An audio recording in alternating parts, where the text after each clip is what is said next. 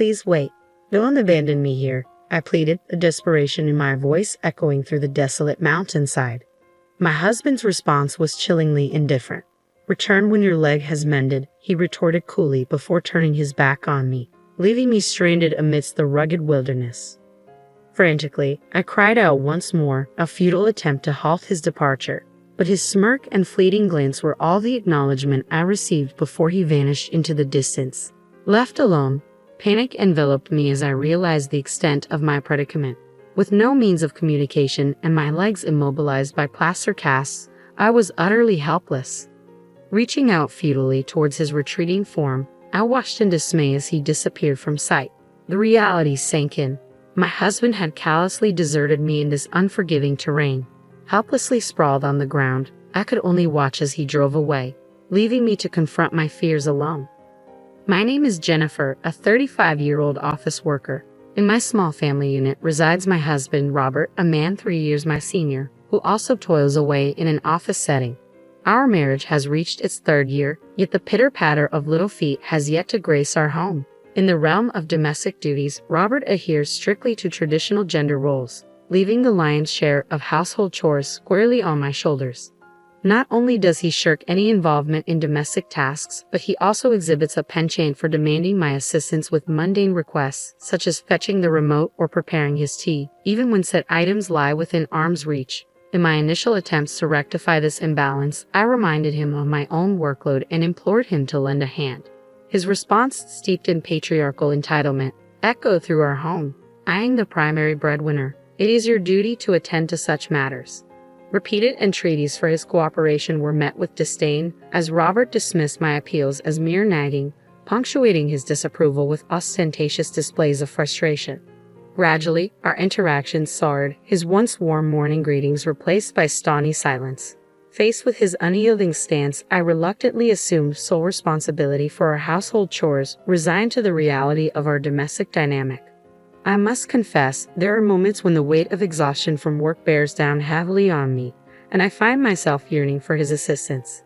Yet I've learned to endure it in silence, deeming it preferable to the alternative of facing his complaints or enduring his indifference.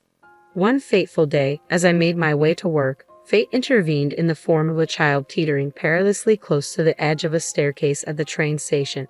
Without hesitation, I propelled myself forward, a warning cry escaping my lips as I intercepted the child, shielding him from a potentially calamitous fall. However, in my valiant effort, I too became ensnared in the precarious descent, my body twisting and contorting as gravity pulled us both downward.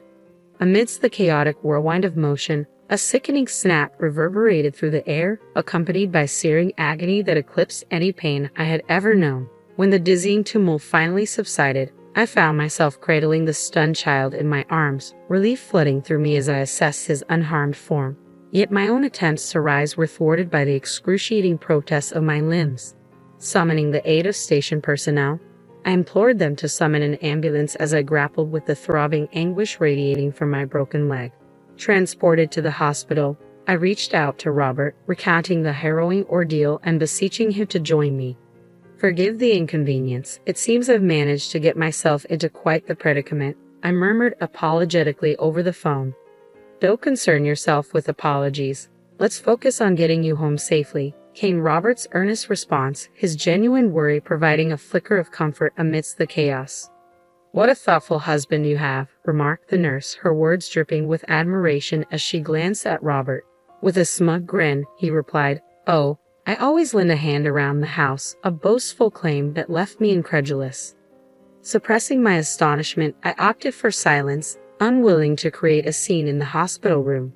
However, upon our return home, Robert's demeanor underwent a drastic transformation. "Hey, I'm famished. Fetch me something to eat, and don't forget to iron this shirt," he barked, assigning me household chores without a hint of consideration. Confined to a wheelchair, I bristled at his demands, unable to comply with his requests. "What? Can't you see my predicament?" I protested, frustration lacing my words. "You promised to take care of things while I was hospitalized."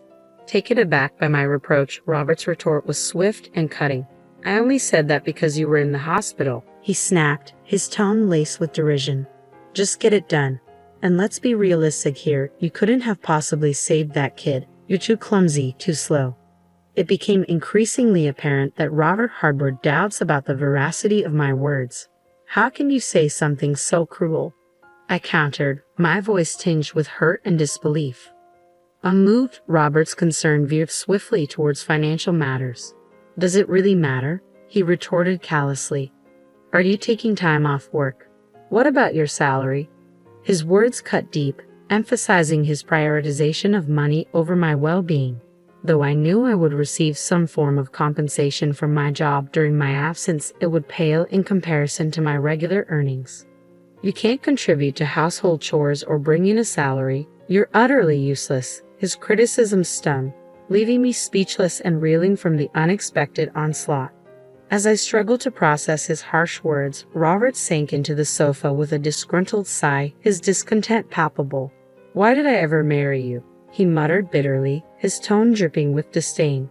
Bewildered by his hostility, I sought to defend myself. I didn't choose to be in this condition, I protested weakly.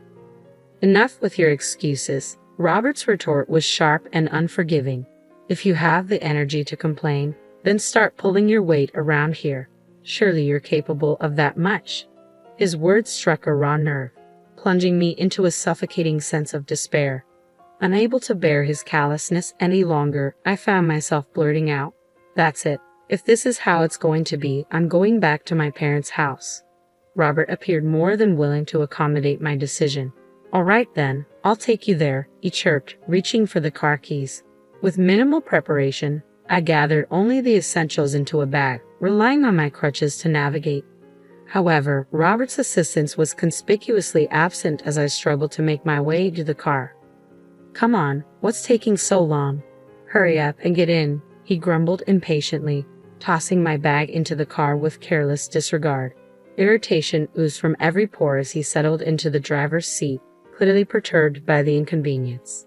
The journey to my parents' home, nestled amidst the mountains, stretched before us, a daunting 2-hour drive. Despite my misgivings about Robert's sudden willingness to accompany me, I had little choice but to rely on his assistance for the time being. As the city lights faded into the rearview mirror, Robert's sour disposition remained unchanged, his irritation palpable with every click of the tongue at each red light we encountered. Lost in contemplation, I resigned myself to pondering my options once I reached the safety of my parents' embrace. However, my reverie was shattered when the car abruptly halted. "What's happening? Did we run out of gas?" I queried, turning to Robert in confusion, only to be met with a venomous command. "Get out of the car here." Perplexed, I protested. "Here? Why? I can't be left stranded in the middle of nowhere." "Shut up. Don't come back until you're able to walk again." His words cut through the air like a whip, leaving me speechless and abandoned in the desolate expanse of the mountain road. Never in my wildest dreams had I envisioned such a nightmare scenario. Despite my frantic attempts to cling to the seatbelt and door, Robert callously ejected me from the car with a forceful shove. My pleas fell on deaf ears as he callously smirked, re-entered the vehicle, and sped off, leaving me stranded on the roadside. Paralyzed by shock and disbelief, I could do naught but cry out in desperation as Robert's car vanished into the distance, taking with it my belongings and any means of communication. Night was fast approaching, casting an ominous shadow over the desolate surroundings. With each passing moment, my sense of helplessness deepened, uncertainty gnawing at my core. Although I had informed my parents of my impending return, the prospect of their rescue felt increasingly remote. Left to my own devices, I resolved to crawl towards civilization, each agonizing inch a testament to my determination to survive. Yet, as exhaustion threatened to engulf me, a glimmer of hope emerged in the form of approaching footsteps. A figure clad in jogging attire materialized before me, a beacon of salvation amidst the encroaching darkness. My desperate cries for help caught the attention of the approaching woman, who quickened her pace and hurried over to my side. "What happened? Why are you alone here, and what's with the state of your clothes?" she inquired, her concern evident as she took in the sight of my disheveled appearance and the dirt streak cast encasing my leg. Tears welled in my eyes as I recounted the events that had led to my predicament. Moved by my plight, the woman, whose name I would later learn was Patricia, wasted no time in offering assistance. "My home is nearby. I'll fetch my car. Just wait here," she reassured me, draping her windbreaker over my shoulders before hastening off. Gratitude overwhelmed me as I huddled beneath the shelter of her jacket, fervently praying for her swift return. True to her word, Patricia was soon back, her car idling nearby as she extended a helping hand. "Let's get you to the hospital first, then we can figure out where you live," she suggested, her kindness a balm to my wounded spirit. Moved by her selflessness, I suggested we make a detour to my parents' home, fearing their worry for my well-being. Patricia readily agreed, her empathy a soothing presence as we embarked on the journey together. With each passing moment, our conversation deepened, bonding over shared indignation towards the cruelty I had endured at the hands of my husband, Robert. Before I knew it, we had arrived at my parents' doorstep, Patricia's comforting presence a beacon of hope amidst the turmoil. "Thank you so much for your kindness. Please come inside. Let me properly express my gratitude," I urged Patricia, extending an invitation into my home. Initially, she demurred, citing work commitments for the following day. However, recognizing my inability to navigate on my own, she graciously assisted me to the entrance. As we reached the threshold, my mother emerged, her expression a mix of concern and relief. Profusely thanking Patricia, she eventually persuaded her to step inside. Once within, my parents and I showered Patricia with gratitude, overwhelmed by her selfless act of compassion.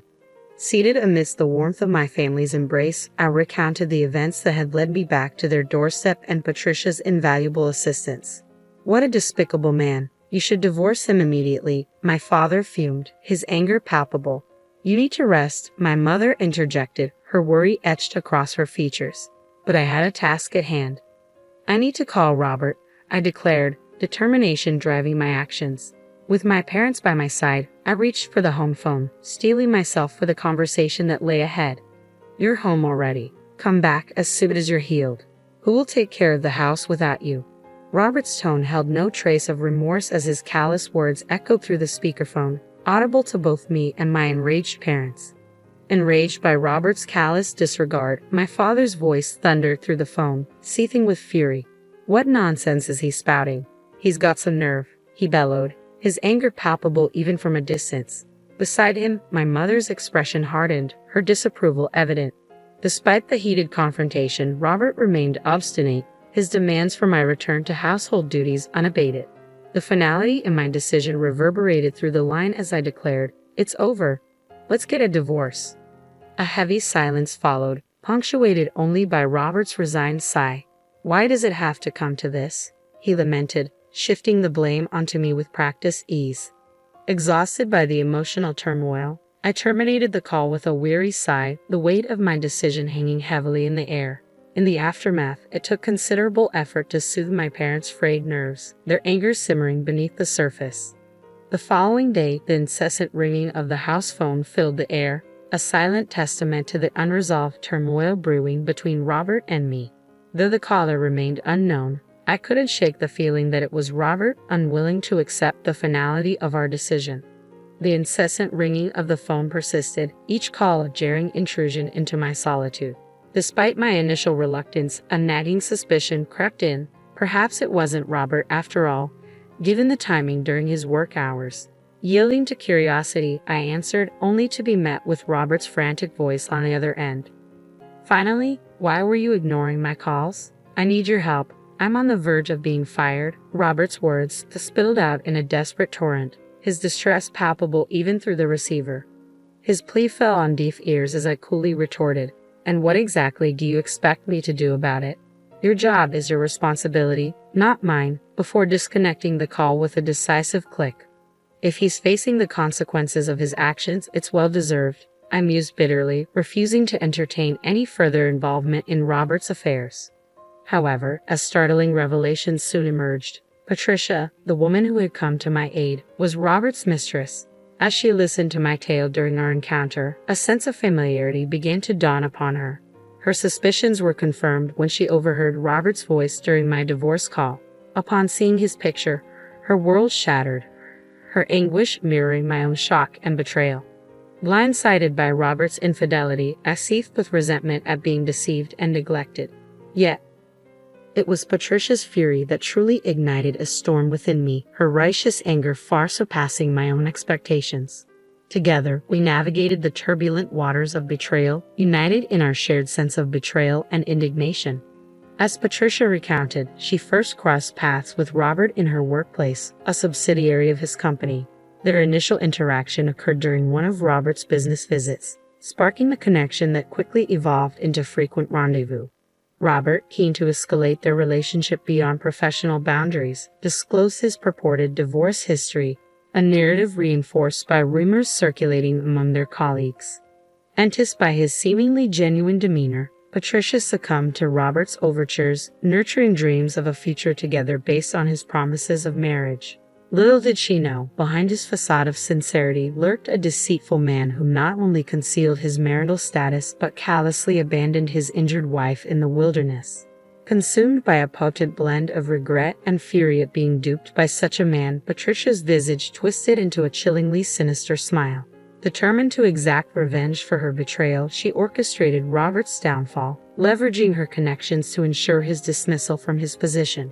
Following my decisive dismissal of Robert's pleas, Patricia reached out to relay the consequences of his actions. He's facing the repercussions now.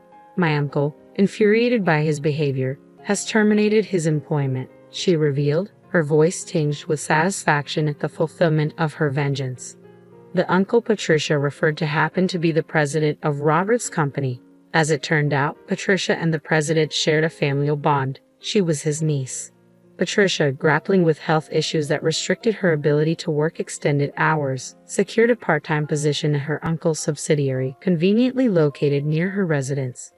During our conversation, Patricia revealed that she had been jogging in the mountains that day, a cost-effective alternative to gym memberships aimed at bolstering her physical strength. Interestingly, the CEO, who lacked children of his own, showered Patricia with affection and support, given their familial ties. However, Patricia had deliberately concealed this relationship from Robert, fearing potential complications due to their distinct surnames and disparate workplaces. "It's best to stay cautious," Patricia cautioned, her tone tinged with concern. "My uncle mentioned Robert making inappropriate remarks. I wouldn't be surprised if he attempts to visit you again."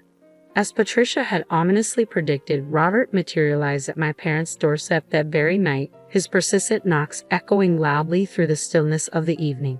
His voice, strained with anger, reverberated through the door as he unleashed a barrage of accusations. "You're responsible for getting me fired. You need to come with me and explain everything to the boss and apologize." Robert's tirade was fueled by his belief that my alleged collusion with Patricia had led to his termination. In his skewed version of events, I had embellished details of his affair to Patricia, thereby triggering a misunderstanding with the boss. As the gravity of the situation dawned on me, I realized the true meaning behind Patricia's cryptic warning of Robert's inappropriate behavior. However, before I could formulate a response, my father, unaware of the brewing storm, had already swung open the front door, unwittingly inviting Robert's wrath into our home. "Enough with your excuses. How dare you demand an apology from my daughter after betraying her trust? You got what was coming to you. Now, get out." My father's voice thundered with righteous indignation as he forcefully ejected Robert from our doorstep, slamming the door shut and locking it behind him. Yet the commotion outside persisted, Robert's pleas for forgiveness echoing through the walls. Taking a deep breath, I addressed Robert through the intercom, determined to set the record straight. "Let me make something abundantly clear since you still seem oblivious. You believe you were fired for merely laying hands on the boss's niece. You're sorely mistaken." The boss thoroughly explained the situation from start to finish. From the CEO's standpoint, this wasn't just a run-of-the-mill affair. It was viewed as a parent company exploiting a subsidiary employee into an extramarital relationship. Your status as a part-time employee placed you in a vulnerable position, and your actions were deemed unacceptable. I continued, my tone unwavering. The CEO admonished you countless times, yet you remained fixated on the affair. Understand this, it wasn't merely about whom you were involved with this time. It was about the gross misconduct of a parent company exploiting its subsidiary. Regardless of the other party's identity, such behavior would warrant dismissal. If you can't grasp how ludicrous your claims are, you're deluding yourself. If you don't want to add arrest to your list of woes, leave now. And as for the divorce, be prepared to face legal consequences, I declared firmly, cutting through Robert's protests with unwavering resolve. Only then did a stunned silence descend upon the scene. With Robert's departure, tranquility settled once more over my parents' home. In the aftermath, I wasted no time in seeking legal recourse. Consulting with Patricia, we devised a plan to hold Robert accountable for his actions. I initiated divorce proceedings, determined to sever all ties with him. Additionally, Patricia and I jointly pursued legal action against Robert, seeking damages for the pain and suffering inflicted upon us. I sued Robert for the emotional anguish of betrayal and deception, while Patricia sought recompense for the emotional toll of being misled into a relationship under false pretenses. Together, we resolved to ensure that Robert faced the full consequences of his deceitful actions. After Robert's dismissal, he found himself in dire financial straits without any severance pay to fall back on. Desperate for assistance, he turned to his parents for help.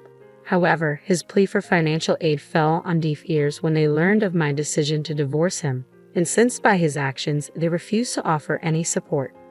Left with no other options, Robert's parents reluctantly arranged for him to secure employment at a company they were acquainted with.